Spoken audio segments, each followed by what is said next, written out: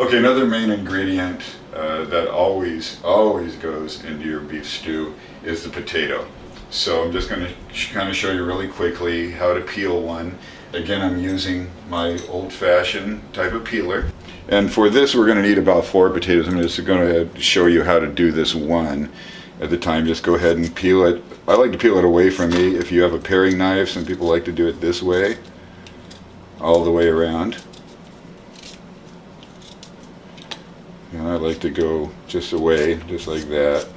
Peel that off. You want to make sure you get, if there's any eyes in the potato, you want to make sure you get those out of there because it doesn't look that great. There's nothing wrong with it, but I just like to go ahead and peel all this off so we have a beautiful white potato underneath. Some people do like to leave the skin on. For some applications, recipes, I like to do that too.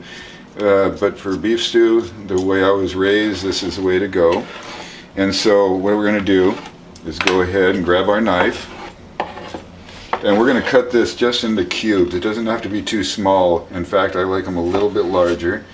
So I just cut it down this way, turn the potato over, now that we have nice slices, and then here's where you can do the thickness however much you want. So I would like about this across.